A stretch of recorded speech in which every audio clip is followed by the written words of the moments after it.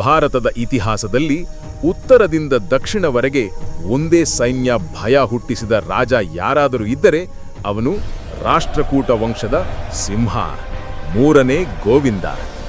ಗಂಗೆಯಿಂದ ಕಾವೇರಿವರೆಗೆ, ಹಿಮಾಲಯದ ನೆರಳಿನಿಂದ ಕನ್ಯಾಕುಮಾರಿಯ ಗಾಳಿವರೆಗೆ ಅವನು ನಡೆದ ದಾರಿಯಲ್ಲೆಲ್ಲ ಯುದ್ಧ ಜಯ, ಶಕ್ತಿ, ಶೌರ್ಯ ಮಾತ್ರ ಉಳಿಯಿತು. ಇಂದು ನಾವು ಕೇಳಲಿರುವುದು ಸಾಮಾನ್ಯ ರಾಜನ ಕಥೆಯಲ್ಲ, ಭಾರತದ ಇತಿಹಾಸವೇ ನಡುಗಿದ ಅಜೇಯ ಸಾಮ್ರಾಟನ ಕಥೆ. ಮೂರನೇ ಗೋವಿಂದನು ರಾಷ್ಟ್ರಕೂಟ ವಂಶದ 8ನೇ ಶಕ್ತಿಶಾಲಿ ಚಕ್ರವರ್ತಿ. ಅವನು ಆಳ್ವಿಕೆ ನಡೆಸಿದ್ದು ಕ್ರಿಸ್ತಶಕ 793ರಿಂದ 814ರವರೆಗೆ. ಅವನು ಧ್ರುವಧಾರಾವರ್ಷನ 3ನೇ ಪುತ್ರ. ತಂದೆಯಿಂದಲೇ ಅವನಿಗೆ ರಾಜಕೀಯ ಬುದ್ಧಿ, ಸೈನಿಕ ತಂತ್ರ ಮತ್ತು ಅಜೇಯ ಆತ್ಮವಿಶ್ವಾಸ ಬಂದಿತ್ತು. ಆದರೆ ಗೋವಿಂದನು ತಂದೆಯ ನೆರಳಲ್ಲಿ ನಿಲ್ಲಲಿಲ್ಲ. ಅವನು ತಂದೆಯನ್ನೇ ಮೀರಿಸಿದ ರಾಜನಾಗಿ ಇತಿಹಾಸಕ್ಕೆ ಹೋದನು.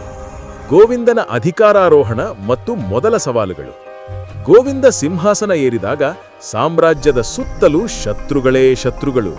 ಉತ್ತರದಲ್ಲಿ ಪ್ರತಿಹಾರರು, ಪೂರ್ವದಲ್ಲಿ ಪಾಲವಂಶ, ದಕ್ಷಿಣದಲ್ಲಿ ಗಂಗರು ಮತ್ತು ಪಲ್ಲವರು. ಎಲ್ಲರೂ ರಾಷ್ಟ್ರಕೂಟರನ್ನು ಕುಗ್ಗಿಸಲು ಕಾಯುತ್ತಿದ್ದರು. ಆದರೆ ಅವರು ಊಹಿಸಿರಲಿಲ್ಲ ಎದುರಿಗೆ ಬಂದವನು ಬಿರುಗಾಳಿ ಎಂದು. ಉತ್ತರ ಭಾರತದ ಮಹಾಯುದ್ಧ. ಮೂರನೇ ಗೋವಿಂದನು ತನ್ನ ಸೇನೆಯನ್ನು ತೆಗೆದುಕೊಂಡು ಉತ್ತರ ಭಾರತದತ್ತ ಭಾರೀ ದಂಡಯಾತ್ರೆ ನಡೆಸಿದನು. ಗೋವಿಂದನ ತಂದೆ ಧ್ರುವ ಉತ್ತರ ಭಾರತದ ದಂಡಯಾತ್ರೆಯಿಂದ ಹಿಂತಿರುಗಿ ಬಂದ ಮೇಲೆ ಬಂಗಾಳದ ಧರ್ಮಪಾಲ ಕನೂಜನ್ನು ಗೆದ್ದುಕೊಂಡು ಚಕ್ರಾಯುಧನನ್ನು ಕನೂಜಿನ ರಾಜನಾಗಿ ಮಾಡಿದ್ದ. ಆದರೆ ಸ್ವಲ್ಪ ಕಾಲದಲ್ಲಿಯೇ ಗೂರ್ಜರ ಪ್ರತಿಹಾರ ರಾಜ ಇಮ್ಮಡಿ ನಾಗಭಟ ಪುನಃ ಕನೂಜನ್ನು ಗೆದ್ದುಕೊಂಡು ಚಕ್ರಾಯುಧನನ್ನು ಓಡಿಸಿದನಲ್ಲದೆ ಆತನ ಸಹಾಯಕ್ಕೆ ಬಂದ ಧರ್ಮಪಾಲನನ್ನೂ ಹಿಮ್ಮೆಟ್ಟಿಸಿದ್ದ. ಈ ಸಮಯದಲ್ಲಿ ಗೋವಿಂದ ಕನೂಜಿನ ಮೇಲೆ ದಂಡೆತ್ತಿ ಹೋದ. ನಾಗಭಟನಿಗೂ ಮತ್ತು ಗೋವಿಂದನಿಗೂ ಪ್ರಾಯಶಃ ಝಾನ್ಸಿ, ಗ್ವಾಲಿಯರ್ ಪ್ರಾಂತಗಳ ನಡುವೆ ಯುದ್ಧವಾಯಿತು. ಚಕ್ರಾಯುಧ, ಧರ್ಮಪಾಲ ಇಬ್ಬರೂ ಗೋವಿಂದನಿಗೆ ಶರಣಾದರು ಎಂದು ಅಮೋಘ ವರ್ಷ ಹೊರಡಿಸಿದ ಸಂಜಾನ್ ಶಾಸನ ಮೂಲಕ ತಿಳಿಯುಬರುತ್ತದೆ. ಅನಂತರ ಗೋವಿಂದನ ಸೇನೆ ಹಿಮಾಲಯದ ತಪ್ಪಲಿನವರೆಗೂ ದಂಡೆತ್ತಿ ಹೋಗಿ ನಾನಾ ರಾಜವಂಶಗಳ ರಾಜರನ್ನು ಸದೆಬಡಿದು ಕರ್ನಾಟಕದ ಕೀರ್ತಿ ಪ್ರತಾಪಗಳನ್ನು ಹಿಮಾಲಯದ ಪರ್ಯಂತ ಹರಡಿತು. ಗೋವಿಂದ ಕೈಗೊಂಡ ಉತ್ತರ ಭಾರತದ ದಂಡಯಾತ್ರೆ ಕೇವಲ ದಿಗ್ವಿಜಯ ರೂಪವಾಗಿತ್ತು. ಈ ಹಿಂದಿನಿಂದಲೂ ರಾಷ್ಟ್ರಕೂಟಾದ ಅಧೀನದಲ್ಲಿದ್ದ ಮಾಳವ, ಗುಜರಾತ್ ಪ್ರದೇಶಗಳನ್ನು ಭದ್ರಪಡಿಸಿಕೊಳ್ಳಲು ಸಮರ್ಥ ಯೋಧನಾಗಿದ್ದ ತನ್ನ ತಮ್ಮ ಇಂದ್ರನಿಗೆ ಆ ಪ್ರಾಂತಗಳ ಅಧಿಕಾರವನ್ನು ವಹಿಸಿದ. ಈ ದಂಡಯಾತ್ರೆಯಿಂದ ಹಿಂತಿರುಗುತ್ತಿದ್ದಾಗ ಮಾಳವ ದೇಶದ ಶ್ರೀಭವನ ಎಂಬಲ್ಲಿ ತಂಗಿದ್ದ. ಆಗ ಇವನ ಮಗ ಅಮೋಘ ವರ್ಷ ನೃಪತುಂಗ ಜನಿಸಿದನು. ಕನೌಜ್, ಗಂಗಾ ಕಣಿವೆ, ಮಧ್ಯಭಾರತ ಎಲ್ಲೆಡೆ ರಾಷ್ಟ್ರಕೂಟರ ವಿಜಯಧ್ವಜ ಹಾರಿತು. ಪ್ರತಿಹಾರ ರಾಜರು, ಪಾಲರಾಜರು ಒಬ್ಬರ ನಂತರ ಒಬ್ಬರು ಗೋವಿಂದನ ಶಕ್ತಿಗೆ ತಲೆಬಾಗಿದರು.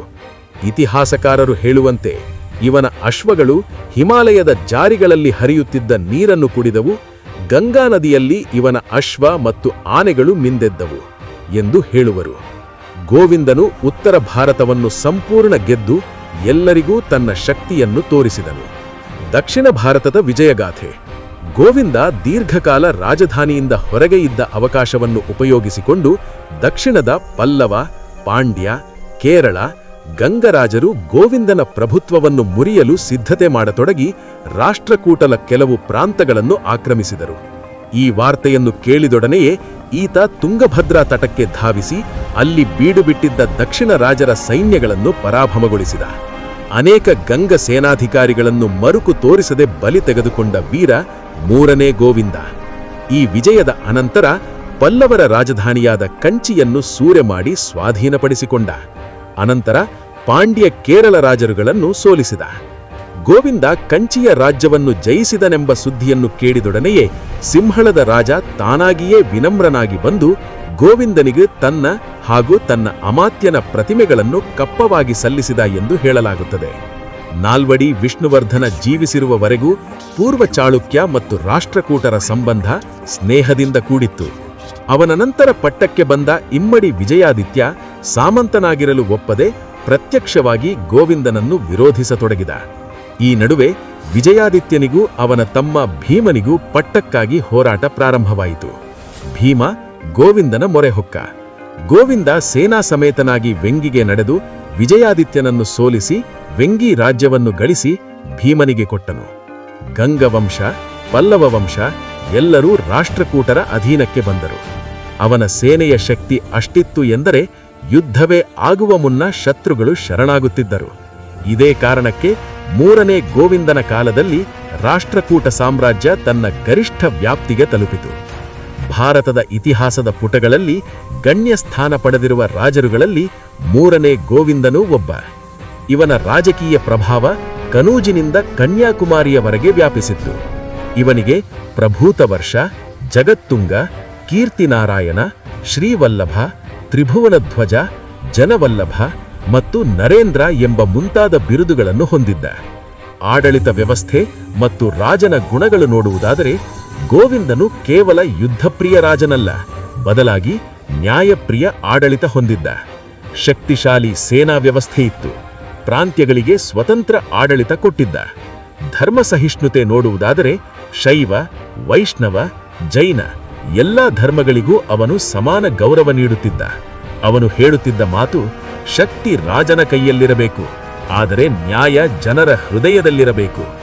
ಇವನ ಸಮಯದ ಕಲೆ, ಸಂಸ್ಕೃತಿ ಮತ್ತು ಸಾಹಿತ್ಯ ನೋಡುವುದಾದರೆ ಗೋವಿಂದನ ಕಾಲದಲ್ಲಿ ಸಂಸ್ಕೃತ ಸಾಹಿತ್ಯ ಬೆಳೆದಿತ್ತು.